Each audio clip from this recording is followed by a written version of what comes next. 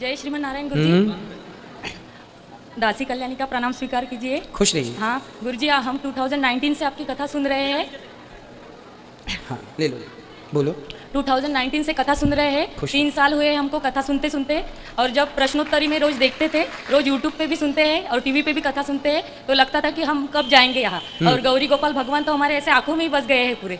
उनको देखते थे रोज तो आंखों में से आंसू निकलते थे, और फिर रोज ऐसे सुनते थे। और हमारे हस्बैंड जो है वो प्रोफेसर है, तो इनको बहुत टाइम बिल्कुल भी नहीं मिलता। मॉर्निंग को जाते तो इवनिंग को ही आते हैं। तो अभी बीच में पता नहीं एक दिन आए हैं और अचानक ही बोला कि रिजर्वेशन कब करना है वृंदावन का।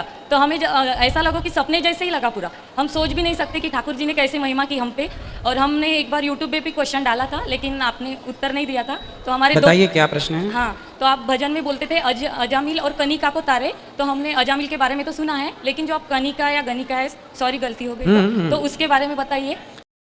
श्री राधे मित्रों, मैं श्रीयश स्वागत करता हूं अपने YouTube channel reaction by Shriyash में। आज हम भक्ति से जुड़ा हुआ ऐसा इंटरेस्टिंग वीडियो देखेंगे जिसमें कथा में आए दो पति पत्नियों ने गुरुजी से यह पूछा, गुरुजी आजामी कनिका को तारे का अर्थ क्या होता है। तो गुरुजी ने इस पर क्या जवाब दिया, तो आइए देखते हैं इस वीडियो में। लेकिन आपने मेरे चैनल को अभी तक सब्सक्राइब नहीं किया है तो रिएक्शन बाय श्रीयश को प्लीज़ कृपया करके सब्सक्राइब कर लें, और कमेंट में राधे राधे लिखना, या आपको मेरी वीडियो कैसी लगती है या मेरी वीडियो से क्या शिक्षा मिलती है वो आप लिखना बिल्कुल ना भूलें। तो बिना किसी तरीके स्टार्ट करते हैं आज का ये वीडियो। नारायण गुरुजी, दासी कल्याणी का प्रणाम स्वीकार कीजिए। खुश रहिए। हाँ गुरुजी, हम 2019 से आपकी कथा सुन रहे हैं। 3 साल हुए हमको कथा सुनते सुनते, और जब प्रश्नोत्तरी में रोज देखते थे, रोज यूट्यूब पे भी सुनते हैं और टीवी पे भी कथा सुनते हैं, तो लगता था कि हम कब जाएंगे यहाँ। और गौरी गोपाल भगवान तो हमारे ऐसे आंखों में ही बस गए हैं पूरे। उनको देखते थे रोज तो आंखों में से आंसू निकलते थे, और फिर रोज ऐसे सुनते थे। और हमारे हस्बैंड जो है वो प्रोफेसर है, तो इनको बहुत टाइम बिल्कुल भी नहीं मिलता। मॉर्निंग को जाते तो इवनिंग को ही आते हैं।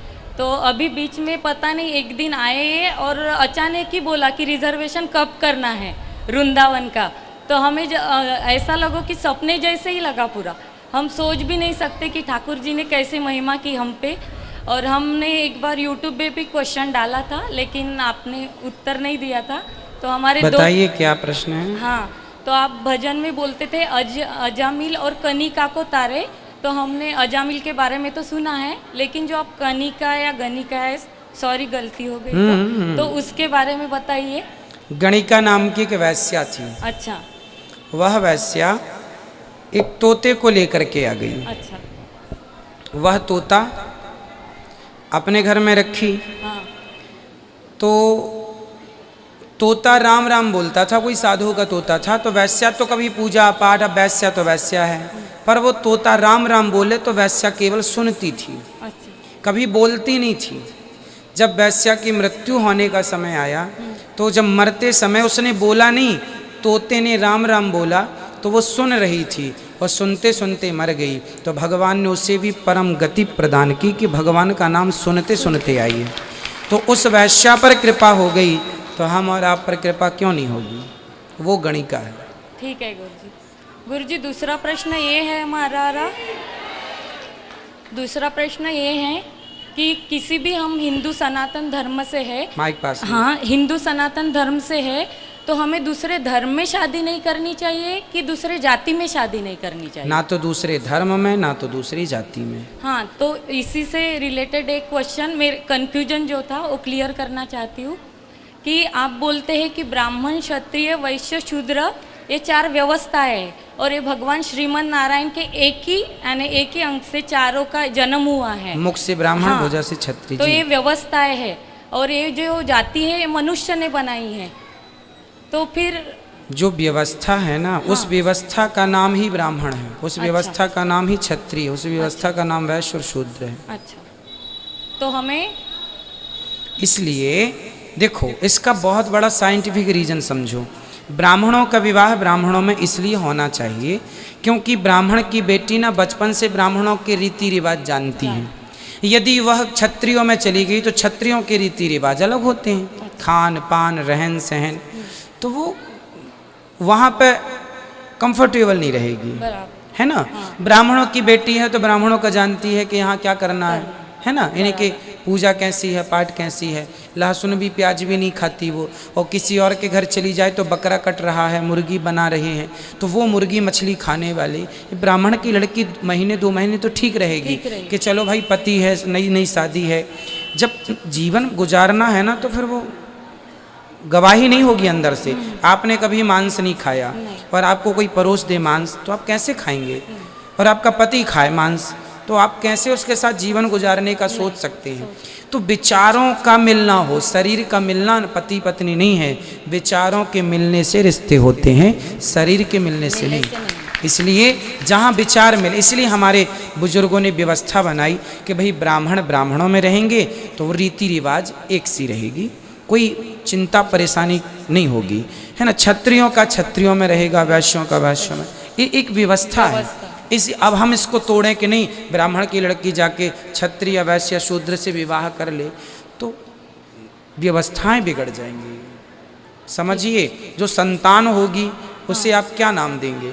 अब हिंदू लड़की है, मुसलमान लड़का है, शादी हो गई, बेटा हुआ, अब माँ हिंदू है, बाप मुसलमान है, या माँ वो है, ये वो है, लड़का हुआ, बेटा हुआ, आप उसे क्या कहेंगे, हिंदू कहेंगे, मुसलमान कहेंगे। तो हमारे हिंदू सनातन धर्म में ऐसे बहुत से हिंदुओं में बहुत से कास्ट है, यानी कि बहुत जातियां हैं। तो फिर हिंदुओं के तो वो जाति व्यवस्था ना आपके पूर्वज तय करते हैं कि हम ब्राह्मण हैं तो हमारा किन में विवाह हो सकता है। क्षत्रियों का किन क्षत्रियों में, क्षत्रिय के भी प्रकार होते हैं, ये चौहान हैं, ये वो हैं, बहुत सारे होते हैं ना। तो उनका ये वो आपके खानदान में परंपरा होती है ना, भाई बड़े बुजुर्ग बताते हैं हमारा विवाह किससे हो सकता है, तो वो बड़े बुजुर्गों के पास बैठने से यही तो ज्ञान मिलता है।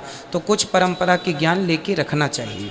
और गुरुजी सब लोग बोलते थे कि हम एग नहीं खाते, अंडा नहीं खाते, तो सब बोलते थे नहीं कि एग नॉनवेज नहीं है, वेज है। लेकिन आपकी कथा से हम दूसरों को भी प्रमाण दे सके, हमारे हस्बैंड को प्रमाण दे सके, क्योंकि वो प्रोफेसर है।